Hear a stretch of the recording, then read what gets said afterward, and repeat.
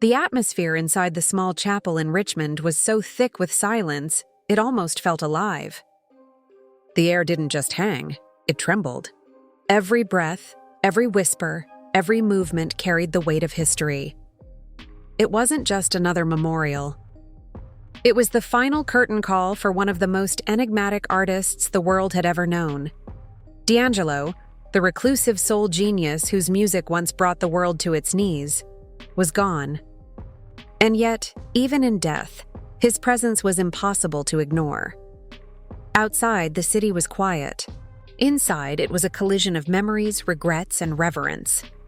The pews were filled not with strangers or fans, but with the few people who had truly known him, and even they couldn't quite believe they were here.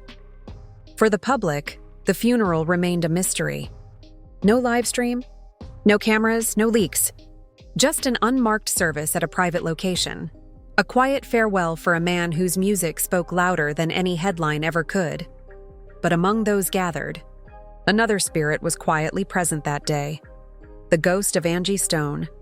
Angie Stone had passed earlier this year. To many, she was remembered as a powerhouse in her own right, a pioneer of R&B, a songwriter, a voice of passion. But to DAngelo, she had been something else entirely. His muse, his mirror, his storm. Their love story had been both creative and chaotic, a collaboration written in harmony and heartbreak. Even after their separation, the impact she left on his music never truly left him. Every chord in Brown Sugar carried her warmth. Every sigh in Voodoo whispered her name. And every aching note of Black Messiah seemed to echo with her absence. Now, as her name lingered in the air like perfume, her influence could be felt, almost seen, in the faces of those who remembered them both. It was as if she was there, watching over him one last time. She gave him rhythm when the world gave him noise. Someone whispered quietly in the back, and maybe that was true. Maybe Angie Stone had given DAngelo not just love, but direction. Her memory became part of the ceremony itself, not in words, but in the energy that pulsed through the room. Her name wasn't on the program, but everyone felt her there. The service was intimate, invitation only, just as DAngelo had requested. The lights were dim, the windows draped, and candles flickered at the altar like trembling stars. The first to arrive were the Roots, led by Questlove. He entered with quiet composure, his eyes red but steady, the look of a man who had carried grief before and understood its rhythm. Behind him came Stevie Wonder, his calm presence casting light through the darkness. And a few rows over, John Mayer sat silently, head bowed, a guitar case by his feet, unopened. This was not a concert. This was communion.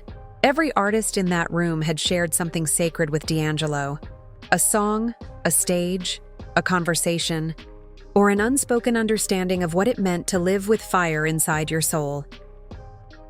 When DAngelo died on October 14th, the shock rippled through the world. It wasn't just the loss of a voice. It was the loss of a frequency, one that connected generations through rhythm and vulnerability. His music wasn't made for fame. It was made for feeling.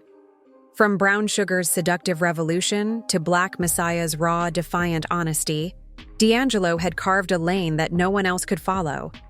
And now, the people he'd inspired stood together, struggling to process the silence he left behind. Before the service began, Questlove took a deep breath. He'd been asked to share a few words, not as a musician, but as a brother. He spoke softly, his voice trembling at first. We used to talk about death, not in a dark way, but in the way only musicians do, about how songs live longer than bodies. He said music was the only form of immortality he believed in. He paused, exhaling deeply. In those last weeks, we didn't even play. We just sat. No studio, no stage, just silence. And somehow that was music too. Because he didn't have to speak to say what he meant. His words drew quiet tears across the room. Even the strongest among them, men who had spent years hiding behind stage lights, found themselves breaking down. Questlove ended his letter with a simple truth.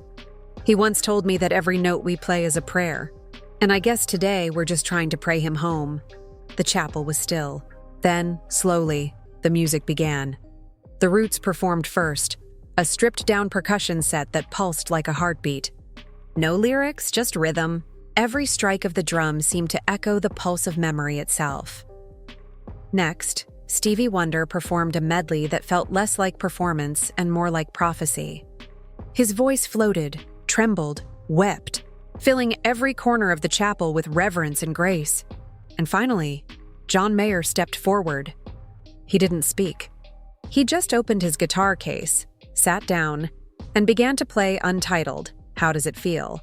Slow, fragile, and almost breaking under its own emotion.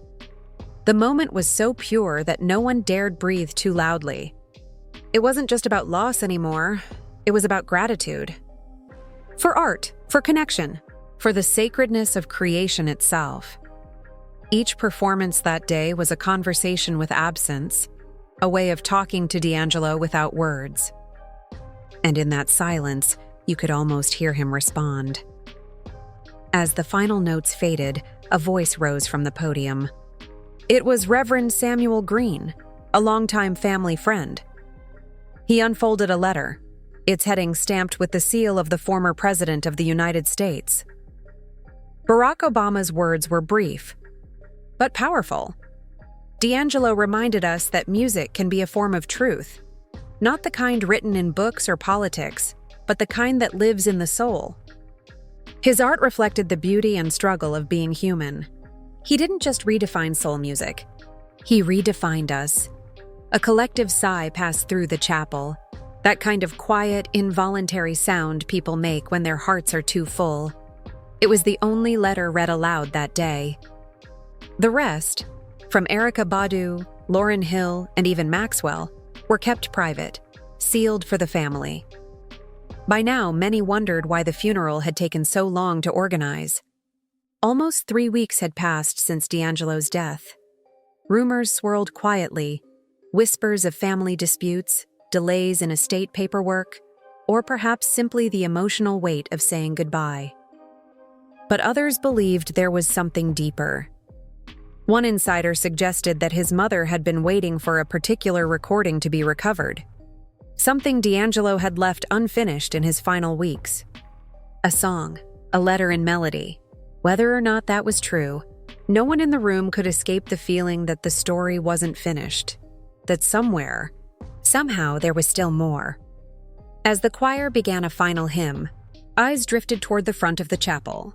There, near the altar, sat a small framed photo, not of DAngelo, but of Angie Stone. It wasn't part of the official memorial setup. Someone had placed it there quietly, almost secretly, but no one moved it. No one questioned it. It stayed, as if it belonged. For some, it was comforting. For others, haunting. But to everyone present, it felt right. Her love had once been the foundation of his greatest work. Now, even in absence, she stood guard over him, her spirit completing the circle that had started decades ago. Her music, like his, was born from love, pain, and truth. And perhaps, somewhere beyond what the eye could see, they had already reunited in that endless harmony that only souls like theirs could understand. As the ceremony neared its end, attendees stepped outside into the cool Richmond air. The sun had begun to set, painting the sky in gold and purple, colors that felt strangely appropriate. Nobody spoke for a while,